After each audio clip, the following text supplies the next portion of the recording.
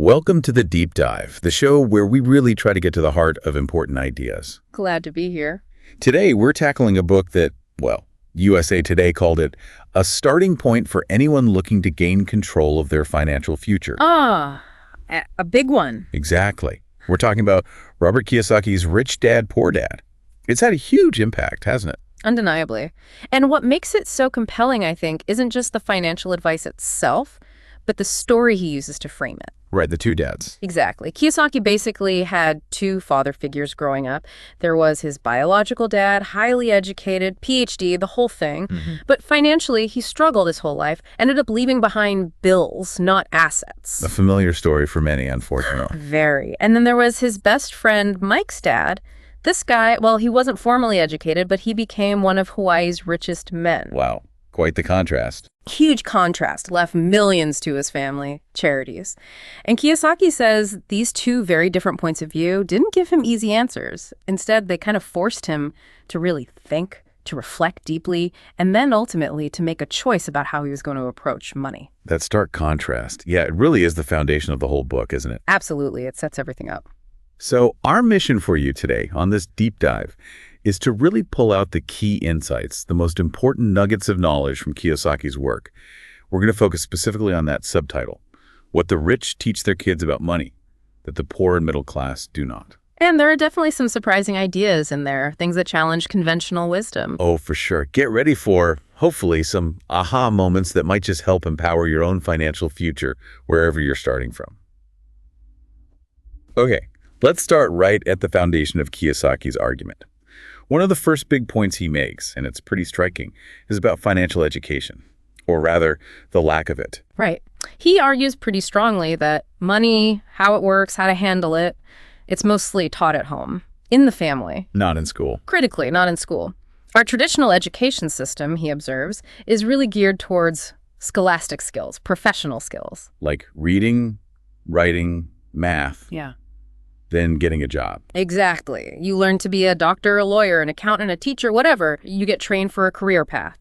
But what's missing, almost entirely, is practical financial skill. How money actually works, how to invest, stuff like that. Precisely. How to make money work for you, not just how to work for money. How to manage your personal finances beyond just, balancing a checkbook. And the result of this gap, Kiyosaki says, is kind of counterintuitive sometimes. Yeah, you see these highly educated people, doctors, lawyers, bankers, engineers, people we think of as successful, earning good money.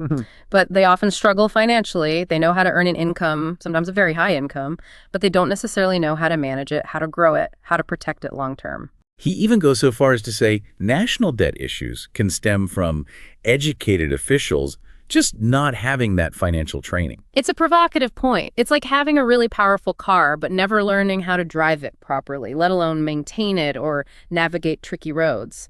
You might understand the engine specs, but not the real-world application. So this lack of formal education, it feeds into these deep-seated beliefs about money, doesn't it? Often beliefs we don't even realize we have. Exactly. And Kiyosaki really highlights the power of language, the power of our thoughts in shaping our financial reality. He uses that simple, powerful example comparing his two dads. The I can't afford it versus how can I afford it? That's the one. His poor dad often said, I can't afford it, full stop. But his rich dad insisted on reframing it as a question, how can I afford it? And that's not just playing with words, is it? It changes how your brain works. Completely. I can't afford it basically shuts your brain down. It's resignation, no more thinking required. Problem solved, just not in a good way. Right. But asking, how can I afford it, forces your mind to engage. It becomes a problem to solve. It's like exercising a muscle. Your financial brain gets a workout. He uses that analogy, right? Like going to the gym versus sitting on the couch. Yeah, exactly. Exercise your financial mind by asking how, and it gets stronger, leading to better financial outcomes over time. Let it be lazy with I can't, and, well, you get financially weaker. It's about mental habits. So this raises a big question then. If these core beliefs get set so early, often unconsciously, and they can be so contradictory, how do we actually choose a path that leads to wealth? That's the challenge. And Kiyosaki dives into more of these contrasting beliefs from his dads. They're often quite surprising. Like the one about money and evil. Yeah, poor dad would say, the love of money is the root of all evil, a very common phrase. We've all heard that. But rich dad's take, the lack of money is the root of all evil. Totally different perspective on the role and importance of money. Wow. Or the advice on risk. Huge difference there, too. Poor dad. Play it safe. Don't take risks. Save your money. Standard advice, right? Very standard. Rich dad. Learn to manage risk. Don't avoid it, understand it, master it. That leads to completely different actions, different investment choices. One path is about preservation. The other is about growth, potentially significant growth. And then there's the big one. The house. Ah, yes. The house as an asset. Poor dad believed, like many people, our home is our largest investment and our greatest asset. That's practically gospel for the middle class, isn't it? Buy a house, build equity. It is, but rich dad. He had a completely different view, almost shocking to some. He said, my house is a liability, and if your house is your largest investment, you're in trouble. A liability. That's going to need some unpacking later. Oh, definitely. It's a core concept. It forces you to rethink what an asset truly is. And these weren't just theories, right? Their daily habits reflected these beliefs. Absolutely. It gets really interesting here. Poor dad paid his bills first, right when the paycheck came in. Often nothing left over. Diligent, responsible. Seems responsible. But ultimately, it limited him. Rich dad paid his bills last. After he'd paid himself first, meaning invested first. Paid himself first. How does that work? We'll get into that. It requires real discipline. And think about career advice. Poor dad taught him how to write a great resume, how to get a good, secure job. Standard career path advice. Rich dad taught him how to write business plans, financial plans, not just to get a job, but to create jobs, to build businesses. So it's about understanding how these deeply ingrained beliefs, often passed down, just subtly shape our whole financial lives without us even noticing. Exactly. It's like we're running on autopilot based on programming we didn't consciously choose. All right, so let's dig into that first major lesson Kiyosaki talks about. And it starts with a pretty funny story from when he was a kid. Yeah, the counterfeiting attempt. He was 9 years old, him and his friend Mike. What were they trying to do? They decided they wanted to make money, literally. They collected old lead toothpaste tubes. Remember those? Vaguely, yeah. Messy things. Very. They melted them down in a hibachi grill, trying to cast their own nickels using plaster molds. Oh, boy. I can see where this is going. Yeah, total mess, plaster powder everywhere. And then, of course, Mike's dad, the rich dad, pointed out that what they were doing was counterfeiting, which is, illegal. Right, just a minor detail. Just a bit. Yeah. But what's key isn't the failure or the illegality. It's rich dad's reaction. He didn't yell at them. No. What did he do? He actually encouraged them in a way. He said something like, you're only poor if you give up. The most important thing is that you did something. So valuing the action itself. Exactly. Most people only talk and dream of getting rich. You've done something. It shows that appreciation for initiative, for trying things, even if they don't work out perfectly. Failure is part of the process. Okay, so the counterfeiting business was short-lived. What happened next? Well, the boys then asked Rich Dad to teach them how to really make money. And his first lesson seemed, kind of exploitative. Oh. He offered them jobs at his superette, sweeping, stocking shelves, that kind of thing, for 10 cents an hour. 10 cents. Even back then, that sounds low. It was. 3 hours every Saturday. And Kiyosaki describes getting really angry and frustrated, feeling used. Especially because Rich Dad barely spoke to them after that first day, gave them no more guidance. Just left them to it. Yep. Felt like slave labor, he said. So what was the point? That was the point. Rich Dad later explained he was intentionally pushing them around, giving them a taste of life.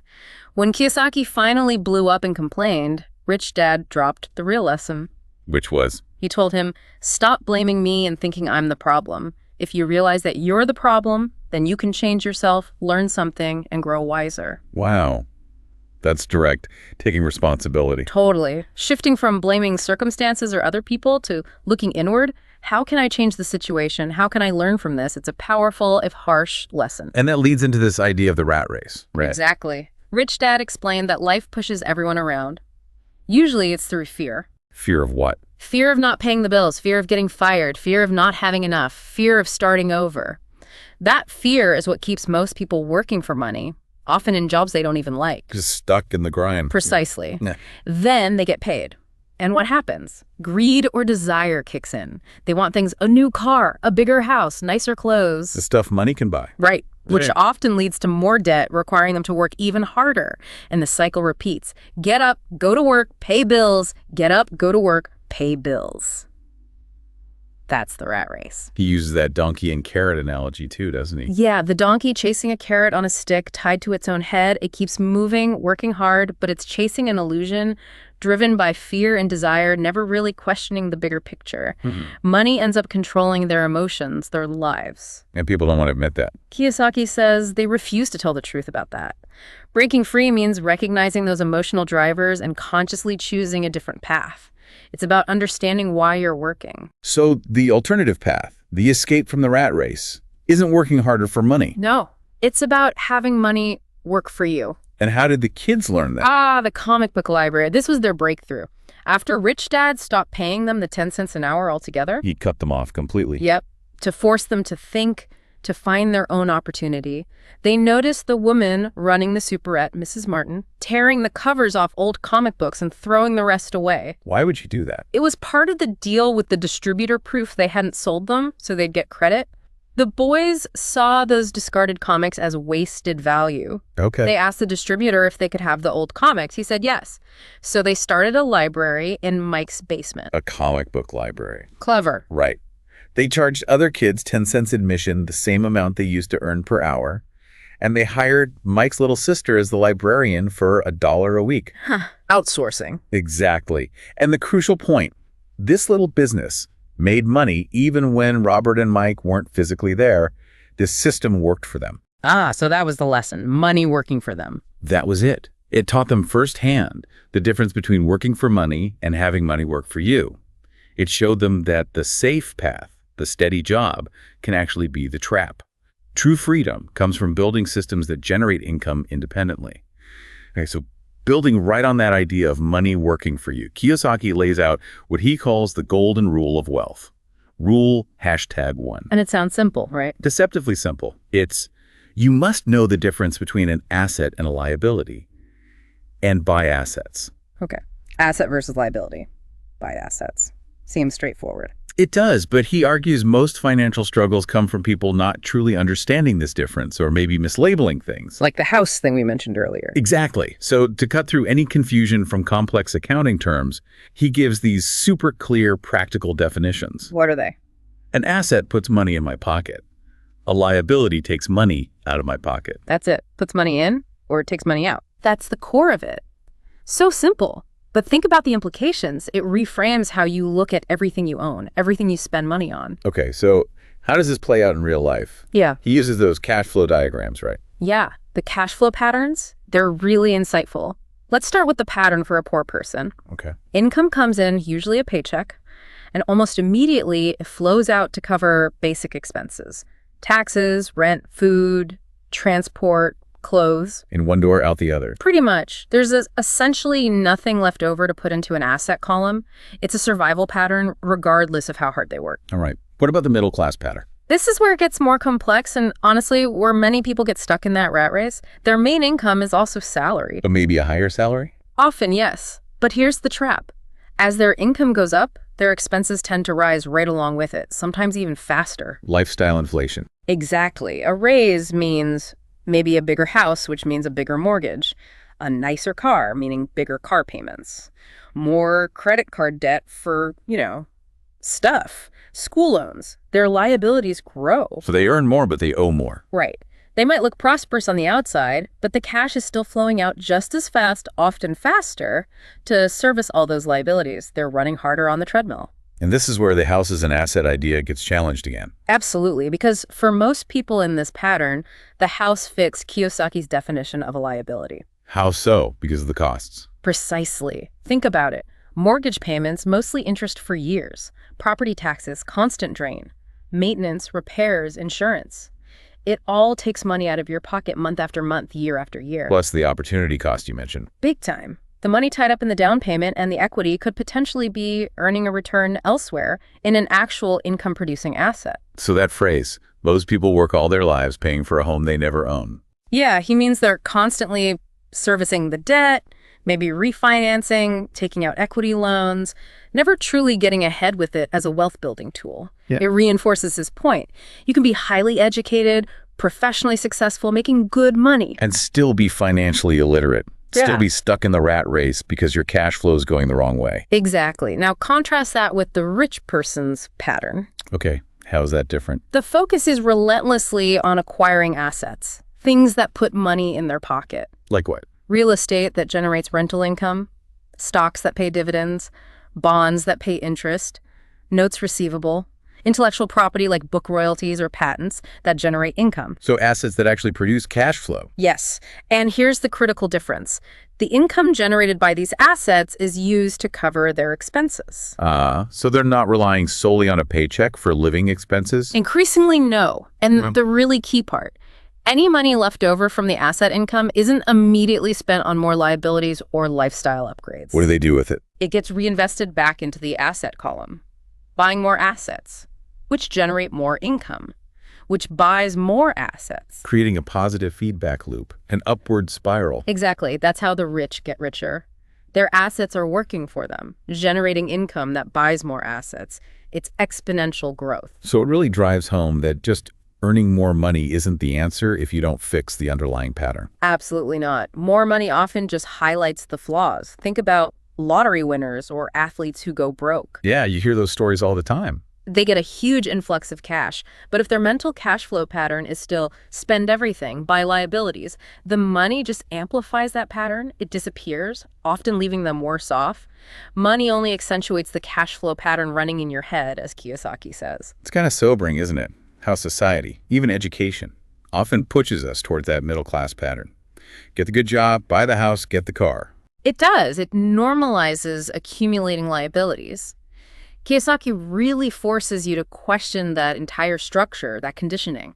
Hashtag Varovi, the power of corporations and financial IQ. Okay, let's shift gears a bit to something Kiyosaki argues is a massive advantage for the rich understanding corporations. Yes, this is a really crucial piece and often misunderstood or just ignored by the average person. He starts by tackling that Robin Hood idea, right? Take from the rich, give to the poor. He does, and he challenges it pretty directly. Rich Dad apparently called Robin Hood a crook. A crook. Why? Because, historically, Kiyosaki argues, taxes aimed initially only at the rich, like income tax when it first started in England, and the U.S. eventually ended up hurting the poor and middle class the most. How did that happen? Well, the idea was sold as a way to tax the wealthy. But once governments got used to that revenue stream, they wanted more. The rich, having financial savvy and resources, quickly figured out legal ways to minimize their tax burden, primarily using corporations. So they found loopholes. Legal structures, really. Which meant the tax burden eventually shifted downwards, falling heavily onto the employees and small business owners, the very people who initially supported the tax, thinking it wouldn't affect them. They had fewer ways to legally shelter their income. So the followers of the Robin Hood ideal ended up paying the price. That's Kiyosaki's argument. The rich used their financial intelligence to navigate the system. And the main tool they used was the corporation. Exactly. He explains that corporations originally started way back with sailing ships as a way to limit risk. Investors could pool money for a single voyage, and if the ship sank, they only lost what they invested in that specific corporate entity, not their entire personal fortune. Limited liability. That principle is key. And the rich understand how to use that structure today for two massive advantages. Okay, what are they? First, huge tax advantages. This is a game changer. A corporation pays its expenses before it pays taxes. Whereas an employee gets taxed first, then pays expenses with what's left over. Precisely. Think about it. As an employee, your paycheck gets taxed. Then you use that after-tax money to pay for your car, your health club, maybe business lunches. Right. But a corporation, it can potentially pay for things like a company car used for business, health club memberships for employees, business-related travel structured as board meetings, meals with clients. These can be legitimate business expenses paid with pre-tax dollars. So the company spends the money first, reducing its taxable income, and then pays tax on whatever profit is left. Exactly. It's a fundamentally different order of operations, and it saves a tremendous amount of money.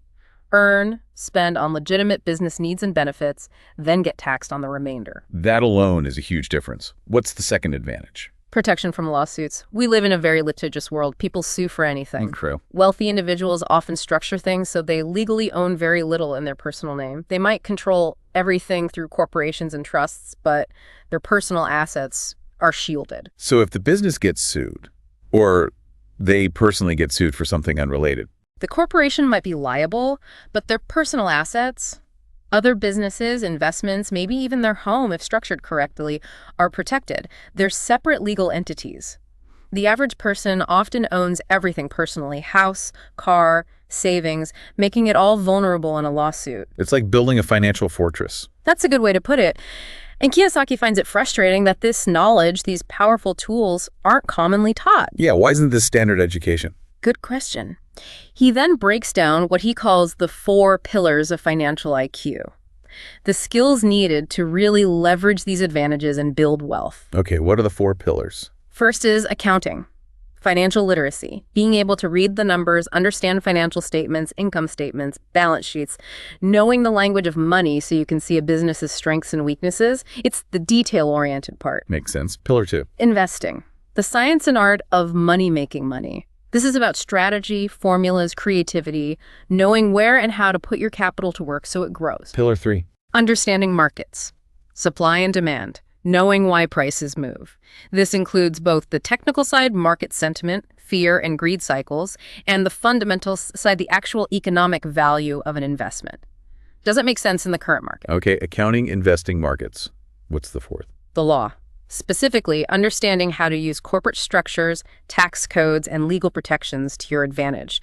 Kiyosaki says, knowing this is like the difference between someone walking and someone flying when it comes to building wealth quickly and safely. So financial IQ isn't just about budgeting. It's this whole package: accounting, investing, markets, and law. Exactly. It's a much broader, more strategic skill set than most people realize.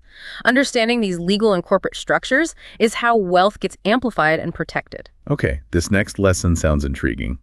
The rich invent money. What does Kiyosaki mean by that? It's not literal counterfeiting again, is it? No, not this time. It's about something more sophisticated.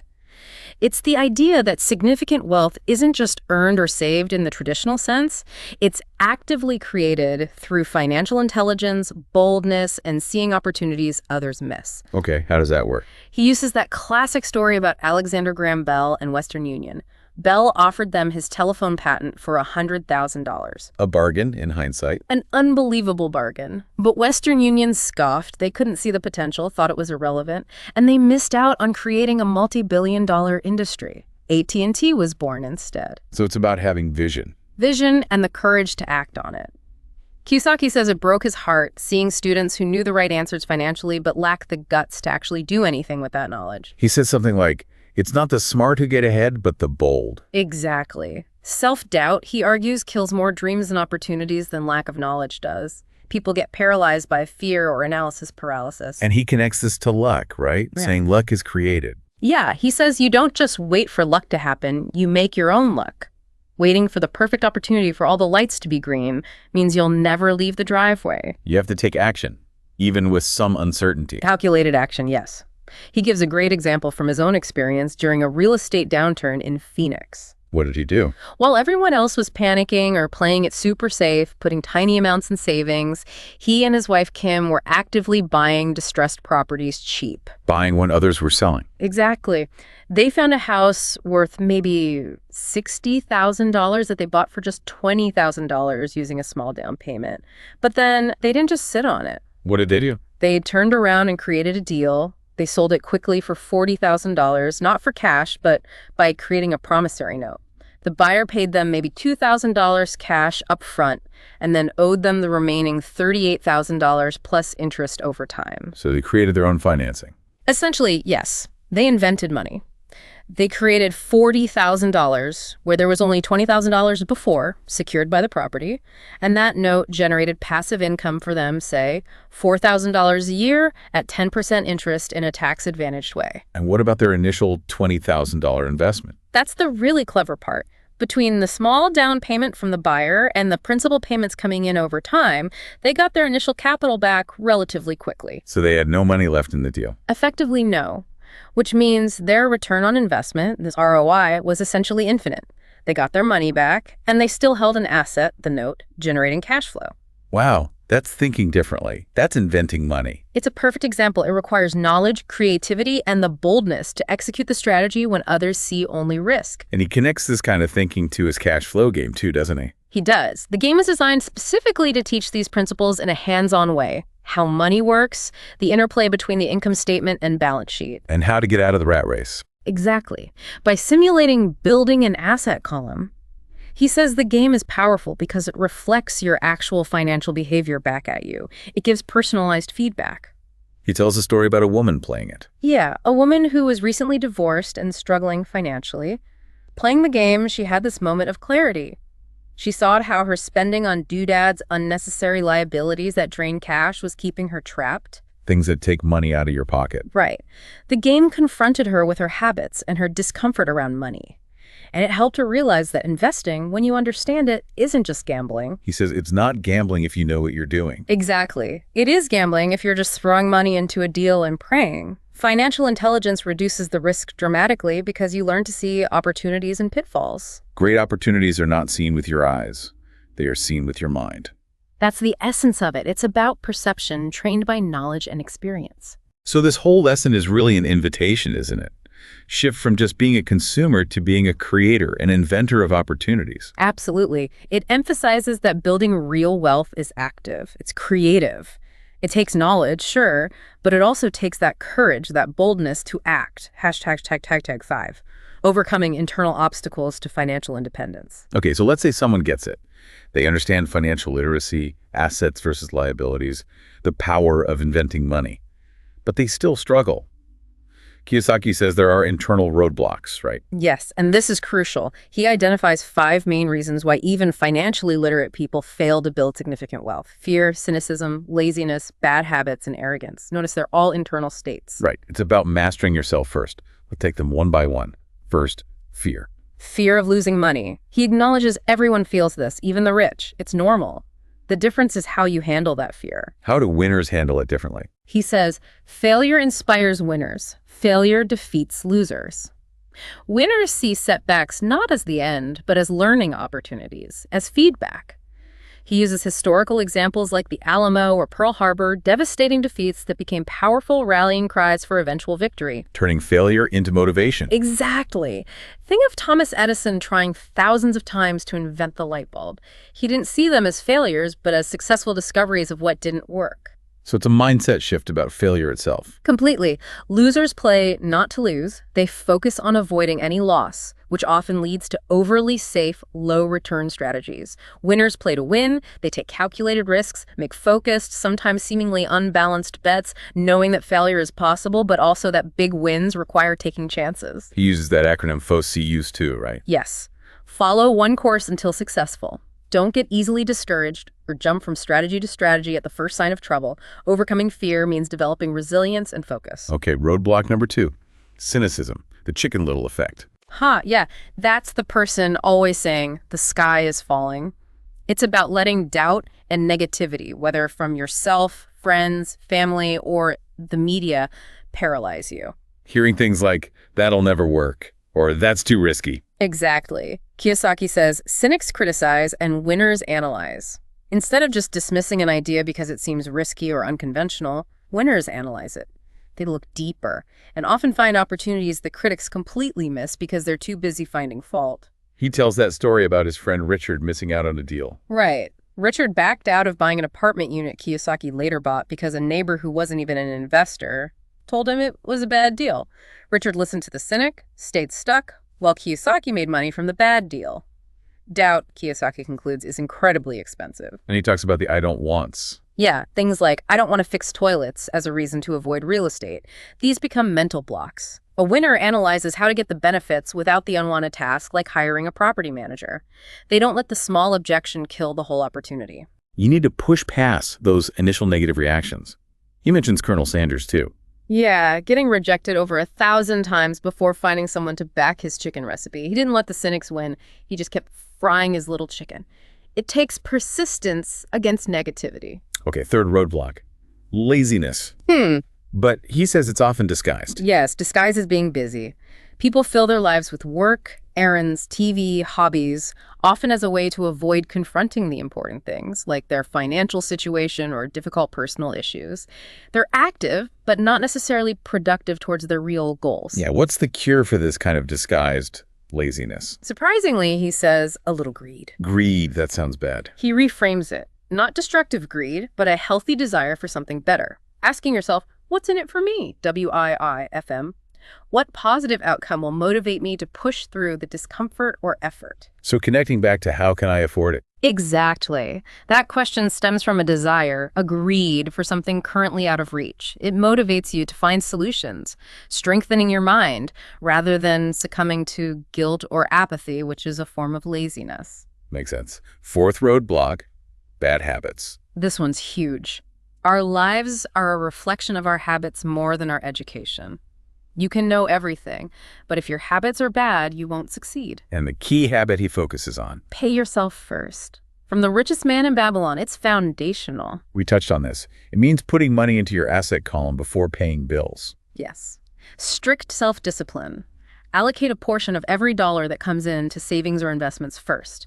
Then, figure out how to pay your bills with what's left. That sounds stressful. What if there isn't enough left? That's part of the strategy. He argues that pressure can be motivating. Letting legitimate bills pile up, not credit card debt, but things like taxes or supplier payments, can force you to become more creative, to find new ways to generate more income, rather than just raiding your savings. It exercises your financial muscles. So you strengthen your income generation rather than deplete your assets. Right. It builds fort assets, as he calls it. It's a tough discipline, but powerful. Okay, final roadblock, arrogance. This is about thinking you know it all, or pretending to. Rich Dad often said, what I know makes me money, what I don't know loses me money. So arrogance masks ignorance. Often, yes. When people are arrogant, especially about money, they stop listening, they stop learning, they close themselves off to new ideas or admitting they might be wrong. Because they're afraid of looking stupid. Probably, but that prevents growth. Kiyosaki stresses the importance of humility, of listening more than you talk, remember, 2 ears, 1 mouth, and always being open to learning from others, even if their ideas challenge your own. Wow. So these 5, fear, cynicism, laziness, bad habits, arrogance, they're really internal demons we have to conquer. Absolutely. It's an honest look in the mirror. The biggest financial battles are often fought inside our own heads, against our own programming and emotional responses. Connecting this back, it really means financial freedom is as much about personal development as it is about financial strategies. Totally. It requires courage, discipline, humility, and a willingness to confront those deep-seated fears and habits. It's a whole journey, inside and out. #7, practical steps to awaken your financial genius. Okay, we've talked about the mindset, the lessons, the internal roadblocks. Now let's get really practical. Kiyosaki offers concrete steps, doesn't he? To actually do this stuff. He does. He acknowledges it's not always easy, but insists it's learnable, like riding a bike wobbly at first. Maybe you fall, but you get the hang of it. He lays out 10 steps to awaken your financial genius. Let's go through some of the key ones. Step 1 is about your why, right? Yes. Find a reason greater than reality. The power of spirit. This is critical. Why do you really want financial freedom? It can't just be a vague desire for more money. You need deep emotional reasons. Like what? Maybe it's freedom from a job you hate, the ability to spend more time with family, supporting a cause you believe in, proving something to yourself. Whatever it is, it needs to be powerful enough to push you through the inevitable tough times, the setbacks, the doubts. Your why becomes your fuel. Exactly. Without that strong purpose, Kiyosaki says, anything hard in life, including building wealth, becomes almost impossible to stick with. Okay, step 2. Make daily choices. The power of choice. This is about recognizing that every single dollar you touch represents a choice. Are you using it to become richer, poorer, or stay in the middle class? Your spending habits, how you use your time, what you choose to learn, it all adds up. So avoiding excuses like, I'm not interested in money. Right. He argues those kinds of statements rob you of time and learning. You are constantly making choices, whether you realize it or not. Choose consciously to build the future you want, one small decision at a time. Step 3 is about learning fast. Master a formula, then learn a new one. Yeah, the power of learning quickly. In today's world, knowledge gets outdated fast. What you know is old, he says. So you need formulas, recipes for making money, like his real estate foreclosure strategy. But it's not just about having one formula. No, the real skill is how fast you learn new ones. Be adaptable. Continuously seek out new strategies, new ways to make money, new recipes. As markets change, keep learning. Okay, step 4 we've covered a bit. Pay yourself first. The power of self-discipline. Putting money into assets before bills. Non-negotiable habit. Treat your savings and investments like your most important bill. Let the pressure to pay other bills motivate you to find more income, not deplete your assets. Builds financial muscle. Step 5 is interesting. Pay your brokers well. The power of good advice. Right. Don't be cheap with good advisors, brokers, accountants, attorneys. If they're good, they should make you far more money than they cost you. See them as an investment, not just an expense. Exactly. They provide valuable information, insights, connections. Their success should align with yours. He finds it funny how people happily tip servers, but resent paying commissions to people who help build their wealth. Good point. Step 6. Be an Indian giver. The power of getting something for nothing. That phrase is a bit dated, but what's the financial concept here? Yeah, the phrasing is awkward today, but the financial concept is smart.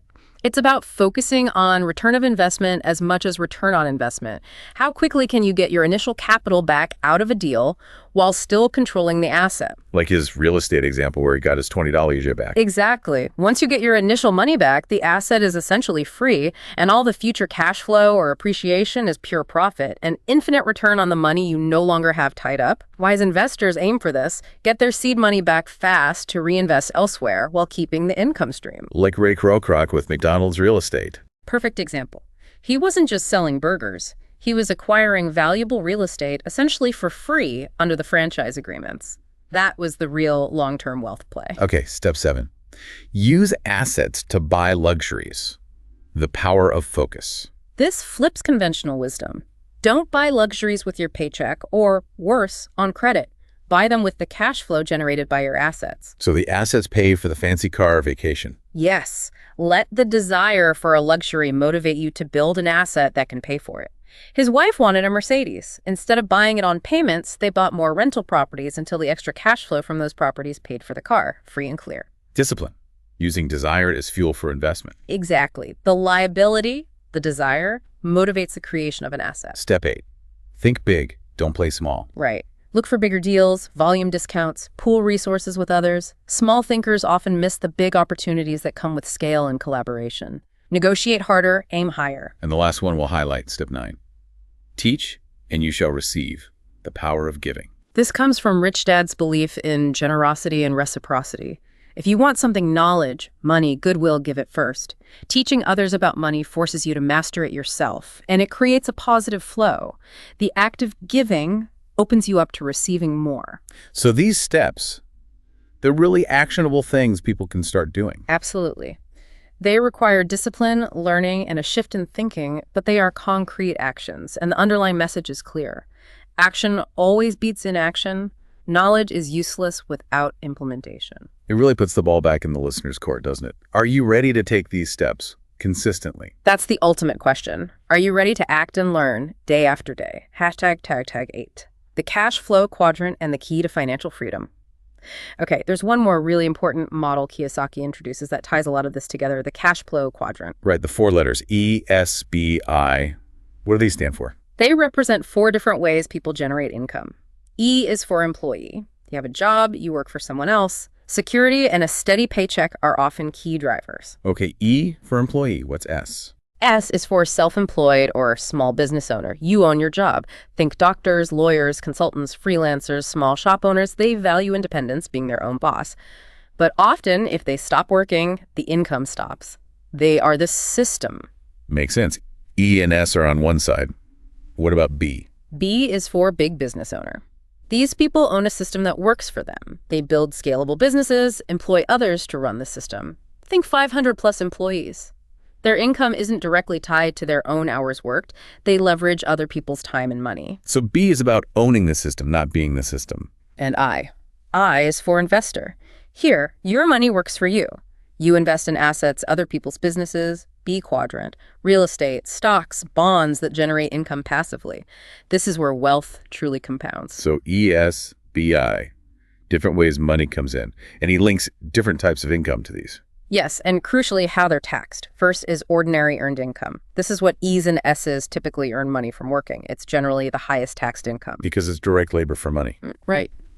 Second is passive income. This often comes from real estate investments or royalties. It tends to be the least taxed, with many deductions and advantages available, especially in real estate. This is a big focus for the I quadrant. Lower taxes, recurring income. Oh. Sounds good. What's the third type? Portfolio income. This comes from paper assets, stocks, bonds, mutual funds, think dividends, and capital gains. Kiyosaki points out this is how the super rich, like Bill Gates, made their fortunes not from salaries. It can be taxed lower than earned income, especially long-term capital gains. Earned, passive, portfolio.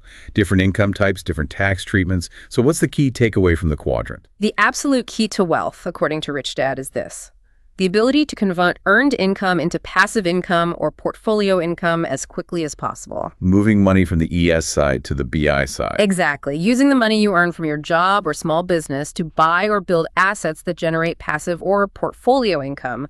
That's the pathway to financial freedom. He uses that pipeline story to illustrate this, right? Ed and Bill. Yes, the parable of the pipeline. It's brilliant. You have Ed, who hauls water buckets from the lake to the village. Hard work, gets paid per bucket. His income is limited by his time and energy. He's an E or an S. Working hard, but trapped by the method. Right. Then you have Bill. He disappears for a while. He's not hauling buckets, he's building a pipeline. He creates a corporation, gets investors, hires workers. He's building a system, a B quadrant activity. Precisely. Yeah. Eventually, his pipeline delivers cleaner water, 247 cheaper than Ed's buckets. Bill might only make a penny per bucket delivered, but his system delivers millions of buckets. And the income flows whether Bill is physically there or not. That's the point. He built an asset, a system that generates passive income.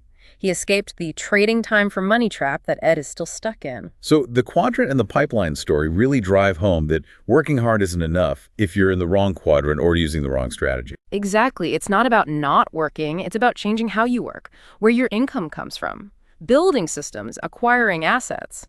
That's the path to scalable wealth and freedom, leveraging financial intelligence for long-term growth and tax efficiency. Hashtag tag outro. Wow. Okay, as we wrap up this deep dive into Rich Dad, Poor Dad, the central message really comes through loud and clear, doesn't it? Financial intelligence isn't just helpful. Kiyosaki argues it's absolutely essential. It really is. It's the key to solving financial problems, seeing opportunities, and ultimately achieving the freedom so many people desire. He fundamentally challenges that old formula.